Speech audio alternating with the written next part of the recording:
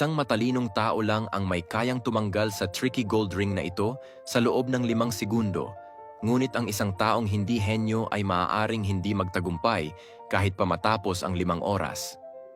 Ang palaisipang ito, na tinatawag na The Vow, ay minsang naging klasikong pagsubok sa talino ng mga bata. Karamihan sa mga tao ay sumusubok na hilahin pababa ang singsing. Ngunit masyadong malaki ang baluktot na singsing para dumaan dito. Susubukan nilang hanapan ng paraan mula sa itaas, ngunit ito'y naiipit. Ang mga maingat mag-isip ay mapapansin ang 2 maliliit na singsing sa gitna na malayang dumudulas. Ngunit hindi ito nakakatulong upang makawala ang gintong singsing.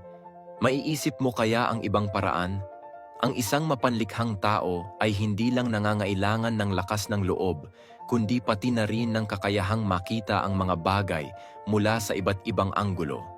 Una, kunin ang singsing at ipetisyon ang isang bahagi nito sa kanang gilid. E-slide ito pataas sa tuktok. Ngayon, ibaliktad ang singsing upang maghiwalay ang 2 maliit na singsing, ang isa sa itaas at ang isa sa ibaba. I-slide ang kaliwang maliit na singsing papasok sa bilog, hayaan ang gintong singsing na dumulas pababa. At last, ilusot ang singsing sa tamang daan at ito ay madaling matatanggal.